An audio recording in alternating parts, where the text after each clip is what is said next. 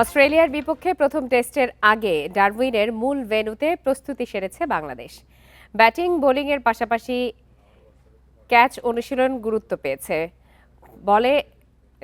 পেয়েছে বলে জানান ফিল্ডিং কোচ আশিকুর রহমান। ভারসাম্যপূর্ণ উইকেট তৈরির সব চেষ্টা করা হয়েছে বলেছেন মারারা স্টেডিয়ামের প্রধান পিচ কিউরেটর জ্যাক পাভলিচ।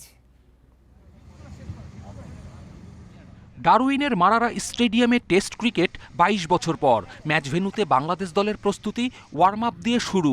এরপর লম্বা সময় ফিল্ডিং অনুশীলন, স্লিপ ক্যাচিংয়ে গুরুত্ব দিয়েছে কোচিং স্টাফ। গ্লাভস হাতে স্বাচ্ছন্দ্যে দেখা গেছে লিটন দাসকে। প্রথম টেস্টেই তাকে পাওয়ার আশা। ওপেনার তানজিদ নেটে, পেস, স্পিনে সমান গুরুত্ব দিয়ে ব্যাটিং করেছেন।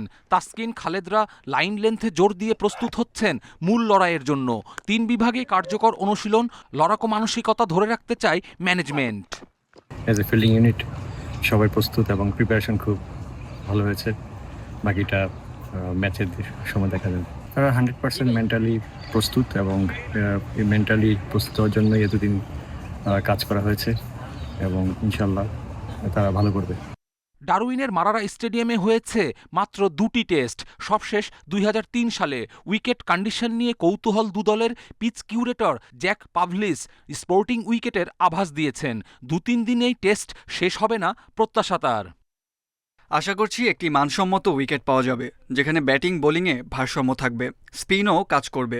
তবে ভিন্ন কন্ডিশনে কাজটা বেশ কঠিন। কখনোই চাইব না দুদিনে টেস্ট শেষ হোক, তবে সত্যি বলতে এটা আমাদের হাতে নেই। প্রস্তুতি ম্যাচে ভরাডুবি সত্ত্বেও বাংলাদেশকে সমীহ করছে অস্ট্রেলিয়া। বিশেষ করে টাইগার বোলারদের নিয়ে বেশ সতর্ক তারা। লড়াই জমতে পারে বলছেন বিউ ওয়েবস্টার।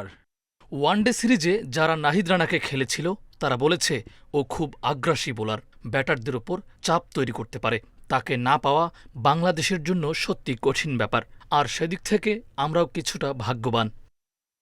টেস্ট চ্যাম্পিয়নশিপের অংশ বলেই এই সিরিজে সর্বোচ্চ পয়েন্ট চায় অস্ট্রেলিয়া। পূর্ণশক্তির দল নিয়ে জোর প্রস্তুতি স্বাগতিকদের।